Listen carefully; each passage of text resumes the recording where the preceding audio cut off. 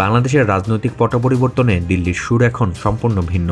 নবনির্বাচিত প্রধানমন্ত্রী তারেক রহমানের সঙ্গে সম্পর্ক ঝালিয়ে নিতে রীতিমতো উদ্গ্রীব হয়ে উঠেছেন ভারতের প্রধানমন্ত্রী নরেন্দ্র মোদী। গত 5 দিনের ব্যবধানে এ নিয়ে তৃতীয়বারের মতো শুভেচ্ছা বার্তা পাঠালেন তিনি। সামাজিক যোগাযোগ মাধ্যম থেকে শুরু করে সরাসরি ফোন এবং সবশেষ আনুষ্ঠানিক চিঠি প্রদান, দিল্লির এই অতি তৎপরতা এখন talk of the country. Tarek রহমানের বিজয় ও ক্ষমতা গ্রহণকে কেন্দ্র করে নরেন্দ্র মোদীর এই ধারাবাহিক তৎপরতা নজিরবিহীন। ঘটনার ক্রমবিকাশ শুরু হয় ভোটের দিন। নির্বাচনের ফলাফল স্পষ্ট হতেই সামাজিক যোগাযোগ মাধ্যমে প্রথম শুভেচ্ছা স্ট্যাটাস দেন মোদী। সেখানে তিনি বাংলাদেশের গণতান্ত্রিক প্রক্রিয়ার প্রশংসা করেন।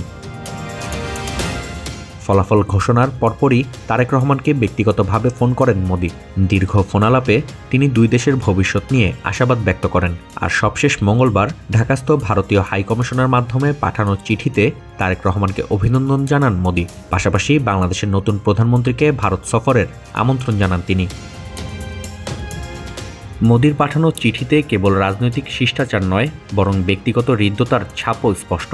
চিঠিতে তিনি শুধু তারেক রহমানকেই নয়, বরং তার স্ত্রী ডক্টর জুবাইদা রহমান এবং কন্যা জাইমা রহমানকেও ভারত সফরের বিশেষ আমন্ত্রণ জানিয়েছেন। কূটনৈতিক বিশ্লেষকরা বলছেন, বিগত দিনের দূরত্ব ঘুচিয়ে ব্যক্তিগত পর্যায়ে আস্থা অর্জনের চেষ্টা করছে মোদী সরকার। তাই দেখা মিলছে শুভেচ্ছা, উষ্ণ অভ্যর্থনা ও সপরিবারে আমন্ত্রণের মতো কথার ফুলঝুরি।